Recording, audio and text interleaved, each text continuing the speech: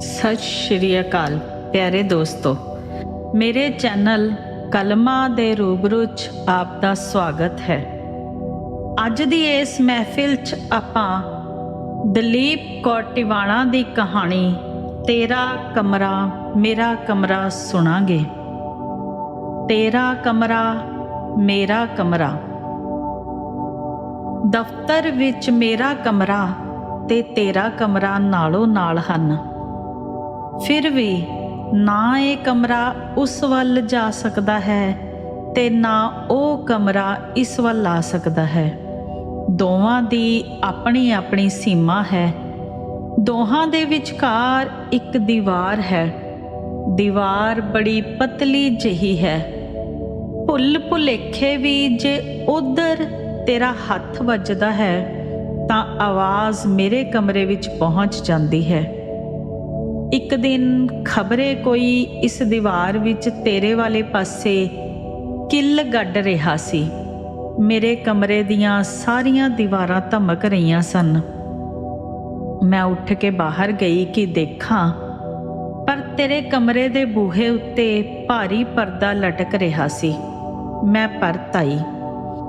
ਅੱਜ ਕੱਲ੍ਹ ਲੋਕੀ ਆਮ ਹੀ ਬੂਹੇ ਬਾਰੀਆਂ ਉੱਤੇ ਭਾਰੇ ਪਰਦੇ ਲਾਈ ਰੱਖਦੇ ਹਨ ਤਾਂ ਜੋ ਬਾਹਰੋਂ ਕਿਸੇ ਨੂੰ ਕੁਝ ਨਾ ਦਿਸੇ। ਪਰਦਾ ਤਾਂ ਮੇਰੇ ਕਮਰੇ ਦੇ ਬੂਹੇ ਅੱਗੇ ਵੀ ਹੈ। ਮੈਨੂੰ ਖਿਆਲ ਆਇਆ, ਕਦੇ ਕਦੇ ਜਦੋਂ ਕਿਸੇ ਗੱਲੋਂ ਤੂੰ ਚਪੜਾਸੀ ਨਾਲ ਉੱਚਾ ਬੋਲਦਾ ਹੈ, ਮੈਂ ਕੰਮ ਕਰਦੀ ਕਰਦੀ ਕਲਮ ਰੱਖ ਕੇ ਬੈਠ ਜਾਂਦੀ ਹਾਂ। ਮੇਰਾ ਮਨ ਕਰਦਾ ਹੈ ਤੈਨੂੰ ਪੁੱਛਾਂ ਕੀ ਗੱਲ ਹੋਈ, ਪਰ ਫਿਰ ਖਿਆਲ ਆਉਂਦਾ ਹੈ ਤੈਨੂੰ ਸ਼ਾਇਦ ਇਹ ਚੰਗਾ ਨਾ ਲੱਗੇ ਕਿ ਜਦੋਂ ਤੂੰ ਚਪੜਾਸੀ ਨਾਲ ਉੱਚਾ ਬੋਲ ਰਿਹਾ ਸੈਂ ਤਾਂ ਮੈਂ ਸੁਣ ਰਹੀ ਸਾਂ। ਤੈਨੂੰ ਤਾਂ ਇਸ ਗੱਲ ਦਾ ਖਿਆਲ ਵੀ ਨਹੀਂ ਰਹਿੰਦਾ ਕਿ ਤੂੰ ਡੂੰਘਾ ਸਾਹ ਵੀ ਭਰੇ ਤਾਂ ਨਾਲ ਦੇ ਕਮਰੇ ਵਿੱਚ ਸੁਣਾਈ ਦੇ ਜਾਂਦਾ ਹੈ। ਇੱਕ ਦਿਨ ਕੰਮ ਕਰਦਿਆਂ ਕਰਦਿਆਂ ਮੇਰੇ ਹੱਥੋਂ ਕਲਮ ਡਿੱਗ ਪਈ, ਨਿੱਬ ਵਿੰਗੀ ਹੋ ਗਈ। ਉਸ ਦਿਨ ਮੈਨੂੰ ਖਿਆਲ ਆਇਆ ਸੀ ਤੇਰੇ ਕਮਰੇ ਵਿੱਚੋਂ ਕੋਈ ਕਲਮ ਮੰਗਵਾ ਲਵਾਂ, ਪਰ ਇਸ ਡਰੋਂ ਕਿ ਖਬਰੇ ਤੂੰ ਆਖ ਭੇਜੇ ਕਿ ਮੇਰੇ ਕੋਲ ਵਾਧੂ ਕਲਮ ਨਹੀਂ, ਮੈਂ ਇਹ ਹੌਸਲਾ ਨਾ ਕਰ ਸਕੀ। ਬਹੁਤ ਵਾਰੀ ਇਉਂ ਹੀ ਹੁੰਦਾ ਹੈ ਕਿ ਅਸੀਂ ਆਪ ਹੀ ਸਵਾਲ ਕਰਦੇ ਹਾਂ ਤੇ ਆਪ ਹੀ ਉਸ ਦਾ ਜਵਾਬ ਦੇ ਲੈਂਦੇ ਹਾਂ।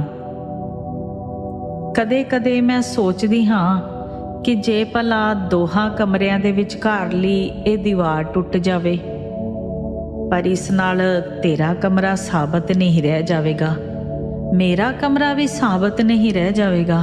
ਫਿਰ ਤਾਂ ਇਉਂ ਹੀ ਲੱਗਿਆ ਕਰੇਗਾ ਜਿਵੇਂ ਖੁੱਲ੍ਹਾ ਸਾਰਾ ਵੱਡਾ ਜਿਹਾ ਇੱਕੋ ਕਮਰਾ ਹੋਵੇ, ਪਰ ਇਉਂ ਕਰਨਾ ਸ਼ਾਇਦ ਠੀਕ ਨਾ ਹੋਵੇ। ਬਣਾਉਣ ਵਾਲੇ ਨੇ ਕੁਝ ਸੋਚ ਕੇ ਹੀ ਇਹ ਵੱਖੋ ਵੱਖ ਕਮਰੇ ਬਣਾਏ ਹੋਣੇ ਨੇ। ਕਦੇ ਕਦੇ ਮੈਨੂੰ ਇਉਂ ਲੱਗਦਾ ਹੈ ਜਿਵੇਂ ਮੈਂ ਇਸ ਪੱਕੀ ਸੀਮੈਂਟ ਦੀ ਦੀਵਾਰ ਦੇ ਵਿੱਚੋਂ ਦੀ ਦੇਖ ਸਕਦੀ ਹਾਂ। ਤਦ ਹੀ ਤਾਂ ਮੈਨੂੰ ਪਤਾ ਲੱਗ ਜਾਂਦਾ ਹੈ ਕਿ ਅੱਜ ਤੂੰ ਕੰਮ ਨਹੀਂ ਕਰ ਰਿਹਾ। ਕਦੇ ਛੱਤ ਵੱਲ ਤੱਕਣ ਲੱਗ ਜਾਂਦਾ ਏ ਤੇ ਕਦੇ ਹੱਥ ਦੀਆਂ ਲਕੀਰਾਂ ਵੱਲ। ਕਦੇ ਫਾਈਲਾਂ ਖੋਲ੍ਹ ਲੈਂਦਾ ਏ, ਕਦੇ ਬੰਦ ਕਰ ਦਿੰਦਾ ਏ, ਕਦੇ ਬੂਟ ਲਾ ਲੈਂਦਾ ਏ ਤੇ ਕਦੇ ਪਾ ਲੈਂਦਾ ਏ।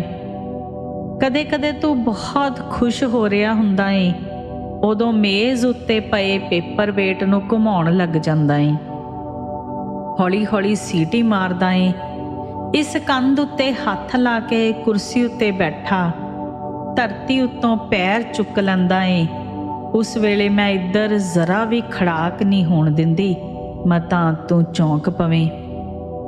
ਕਦੇ ਕਦੇ ਆਉਣ ਜਾਣ ਵੇਲੇ ਤੂੰ ਮੈਨੂੰ ਕਮਰੇ ਤੋਂ ਬਾਹਰ ਮਿਲ ਪੈਂਦਾ ਏ। ਸੁਣਾਓ ਕੀ ਹਾਲ ਹੈ, ਤੂੰ ਪੁੱਛਦਾ ਏ। ਠੀਕ ਹੈ, ਮੈਂ ਜ਼ਰਾ ਕੁ ਹੱਸ ਕੇ ਆਖਦੀ ਹਾਂ। ਤੇ ਤੂੰ ਆਪਣੇ ਕਮਰੇ ਵਿੱਚ ਚਲਿਆ ਜਾਂਦਾ ਏ ਤੇ ਮੈਂ ਆਪਣੇ ਕਮਰੇ ਵਿੱਚ। ਨਾ ਉਹ ਕਮਰਾ ਇੱਧਰ ਆ ਸਕਦਾ ਏ, ਨਾ ਇਹ ਕਮਰਾ ਉੱਧਰ ਜਾ ਸਕਦਾ ਹੈ। ਦੋਹਾਂ ਦੀ ਆਪਣੀ ਆਪਣੀ ਸੀਮਾ ਹੈ। ਦੋਹਾਂ ਦੇ ਵਿਚਕਾਰ ਇੱਕ ਦੀਵਾਰ ਹੈ। ਇੱਕ ਦਿਨ ਮੇਰੇ ਕਮਰੇ ਵਿੱਚ ਚੱਲਦਾ ਚੱਲਦਾ ਪੱਖਾ ਬੰਦ ਹੋ ਗਿਆ ਸ਼ਾਇਦ ਬਿਜਲੀ ਚਲੀ ਗਈ ਸੀ। ਕੁਝ ਮਿੰਟ ਮੈਂ ਉਡੀਕਦੀ ਰਹੀ। ਫਿਰ ਗਰਮੀ ਤੋਂ ਘਬਰਾ ਮੈਂ ਕਮਰੇ ਤੋਂ ਬਾਹਰ ਵਰਾਂਡੇ ਵਿੱਚ ਆ ਗਈ, ਜੋ ਦੋਹਾਂ ਕਮਰਿਆਂ ਦੇ ਅੱਗੇ ਸਾਂਝਾ ਹੈ। ਮੈਨੂੰ ਪਤਾ ਸੀ ਤੇਰੇ ਕਮਰੇ ਦਾ ਪੱਖਾ ਵੀ ਬੰਦ ਹੋ ਗਿਆ ਹੋਵੇਗਾ। ਫਿਰ ਵੀ ਮੈਂ ਜ਼ਰਾ ਕੁ ਤੇਰੇ ਕਮਰੇ ਅੰਦਰ ਝਾਕ ਕੇ ਪੁੱਛਿਆ, ਤੁਹਾਡਾ ਪੱਖਾ ਚੱਲਦਾ ਹੈ? ਮੇਰਾ ਭਾਵ ਸੀ ਜੇ ਨਹੀਂ ਚੱਲਦਾ ਤਾਂ ਤੂੰ ਵੀ ਸਾਂਝੇ ਵਰਾਂਡੇ ਆ ਜਾਵੇਂ। ਜਦੋਂ ਅੰਦਰ ਹੁਮਸ ਹੋਵੇ, ਪਲ ਦੋ ਪਲ ਲਈ ਬਾਹਰ ਆ ਜਾਣ ਵਿੱਚ ਕੋਈ ਡਰ ਨਹੀਂ ਹੁੰਦਾ। ਨਹੀਂ, ਪੱਖਾ ਤਾਂ ਨਹੀਂ ਚੱਲਦਾ, ਪਰ ਮੈਂ ਪਿਛਲੀ ਬਾਰੀ ਖੋਲ੍ਹ ਲਈ ਹੈ, ਤੂੰ ਆਖਿਆ। ਪਰ ਮੈਨੂੰ ਖਬਰੇ ਪਿਛਲੀ ਬਾਰੀ ਦਾ ਖਿਆਲ ਹੀ ਨਹੀਂ ਸੀ ਆਇਆ, ਇਸੇ ਲਈ ਮੈਂ ਕਮਰੇ ਤੋਂ ਬਾਹਰ ਆ ਗਈ ਸੀ। ਵਿਚਕਾਰ ਭਾਵੇਂ ਦੀਵਾਰ ਹੈ, ਫਿਰ ਵੀ ਜਿਸ ਦਿਨ ਤੂੰ ਦਫ਼ਤਰ ਨਾ ਆਵੇਂ, ਆਪਣੇ ਕਮਰੇ ਵਿੱਚ ਨਾ ਬੈਠਾ ਹੋਵੇਂ, ਮੈਨੂੰ ਕੁਝ ਅਜੀਬ ਜਿਹਾ ਲੱਗਦਾ ਹੈ। ਉਸ ਦਿਨ ਮੈਂ ਕਈ ਵਾਰੀ ਘੜੀ ਵੇਖਦੀ ਹਾਂ, ਕਈ ਵਾਰੀ ਪਾਣੀ ਪੀਂਦੀ ਹਾਂ, ਲੋਕਾਂ ਨੂੰ ਟੈਲੀਫੋਨ ਕਰਦੀ ਰਹਿੰਦੀ ਹਾਂ, ਇਕੱਠਾ ਹੋਇਆ ਪਿਛਲਾ ਕੰਮ ਵੀ ਮੁਕਾ ਸੁੱਟਦੀ ਹਾਂ। ਅੱਜ ਸਾਹਿਬ ਨਹੀਂ ਆਏ? ਉੱਧਰੋਂ ਲੰਘਦੀ ਤੇਰੇ ਚਪੜਾਸੀ ਨੂੰ ਪੁੱਛਦੀ ਹਾਂ। ਫਿਰ ਉਹ ਆਪ ਹੀ ਦੱਸ ਦਿੰਦਾ ਏ ਕਿ ਸਾਹਿਬ ਬਾਹਰ ਗਏ ਹੋਏ ਹਨ, ਕਿ ਸਾਹਿਬ ਦੇ ਰਿਸ਼ਤੇਦਾਰ ਆਏ ਹੋਏ ਹਨ, ਕਿ ਸਾਹਿਬ ਦੀ ਤਬੀਅਤ ਠੀਕ ਨਹੀਂ, ਕਿ ਸਾਹਿਬ ਨੇ ਕਿੰਨੇ ਦਿਨ ਦੀ ਛੁੱਟੀ ਲਈ ਹੈ।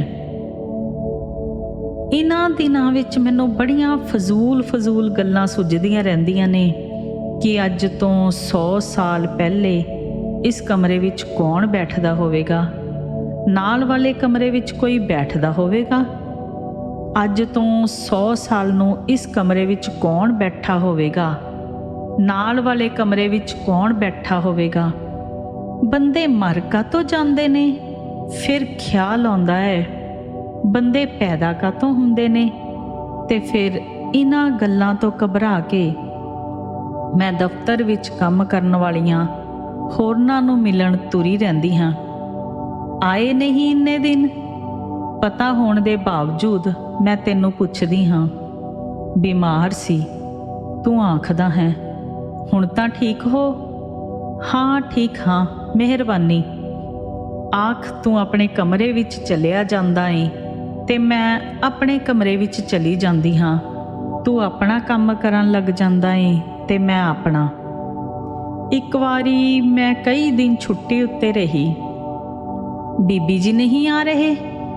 ਤੂੰ ਮੇਰੇ ਚਪੜਾਸੀ ਨੂੰ ਪੁੱਛਿਆ। ਉਹ ਜੀ ਬਿਮਾਰ ਨੇ, ਉਸਨੇ ਦੱਸਿਆ। ਅੱਛਾ, ਆਖ ਤੂੰ ਆਪਣੇ ਕਮਰੇ ਵਿੱਚ ਚਲਿਆ ਗਿਆ। ਘਰ ਡਾਕ ਦੇਣ ਆਏ ਚਪੜਾਸੀ ਨੇ ਮੈਨੂੰ ਇਹ ਦੱਸਿਆ। ਅਗਲੇ ਦਿਨ ਜਦੋਂ ਬੁਖਾਰ ਜ਼ਰਾ ਘੱਟ ਸੀ, ਮੈਂ ਦਫ਼ਤਰ ਆ ਗਈ। ਤੈਨੂੰ ਸ਼ਾਇਦ ਪਤਾ ਨਹੀਂ ਸੀ, ਉਸ ਦਿਨ ਤੂੰ 2-3 ਵਾਰ ਚਪੜਾਸੀ ਨੂੰ ਡਾਂਟਿਆ, ਕਈ ਵਾਰ ਕਾਗਜ਼ ਪਾੜੇ ਜਿਵੇਂ ਗਲਤ ਲਿਖਿਆ ਗਿਆ ਹੋਵੇ। 1-2 ਮਿਲਣ ਆਇਆਂ ਨੂੰ ਵੀ ਕਹਾ ਭੇਜਿਆ ਕਿ ਕਿਸੇ ਦਿਨ ਫਿਰ ਆਉਣਾ। ਕਿਸੇ ਕੰਮ ਤੂੰ ਕਮਰੇ ਤੋਂ ਬਾਹਰ ਗਿਆ, ਮੈਂ ਵੀ ਕਿਸੇ ਕੰਮ ਬਾਹਰ ਨਿਕਲੀ। ਆਏ ਨਹੀਂ ਕਈ ਦਿਨ। ਤੂੰ ਜਾਣਦਿਆਂ ਹੋਇਆਂ ਪੁੱਛਿਆ। ਬਿਮਾਰ ਸੀ, ਹੁਣ ਤਾਂ ਠੀਕ ਹੋ? ਹਾਂ ਠੀਕ ਹਾਂ, ਮਿਹਰਬਾਨੀ। ਆਖ ਮੈਂ ਆਪਣੇ ਕਮਰੇ ਵਿੱਚ ਚਲੀ ਗਈ ਤੇ ਤੂੰ ਆਪਣੇ ਕਮਰੇ ਵਿੱਚ ਚਲਿਆ ਗਿਆ। ਨਾ ਇਹ ਕਮਰਾ ਉੱਧਰ ਜਾ ਸਕਦਾ ਹੈ, ਨਾ ਉਹ ਕਮਰਾ ਇੱਧਰ ਆ ਸਕਦਾ ਹੈ। ਦੋਨਾਂ ਦੀ ਆਪਣੀ ਆਪਣੀ ਸੀਮਾ ਹੈ। ਦੋਵਾਂ ਵਿਚਕਾਰ ਇੱਕ ਦੀਵਾਰ ਹੈ। ਇੱਕ ਕਮਰਾ ਤੇਰਾ ਹੈ, ਇੱਕ ਕਮਰਾ ਮੇਰਾ ਹੈ। ਫਿਰ ਵੀ ਮੈਂ ਸੋਚਦੀ ਹਾਂ ਕਿ ਇੰਨਾ ਵੀ ਕੀ ਘੱਟ ਹੈ ਕਿ ਦੋਨੋਂ ਕਮਰੇ ਨਾਲੋਂ ਨਾਲ ਹਨ। ਵਿਚਕਾਰ ਸਿਰਫ ਇੱਕ ਦੀਵਾਰ ਹੀ ਤਾਂ ਹੈ। ਸੋ ਇਹ ਸੀ ਦਲੀਪ ਕੌਰ ਟਿਵਾਣਾ ਦੀ ਤੇਰਾ ਕਮਰਾ ਮੇਰਾ ਕਮਰਾ।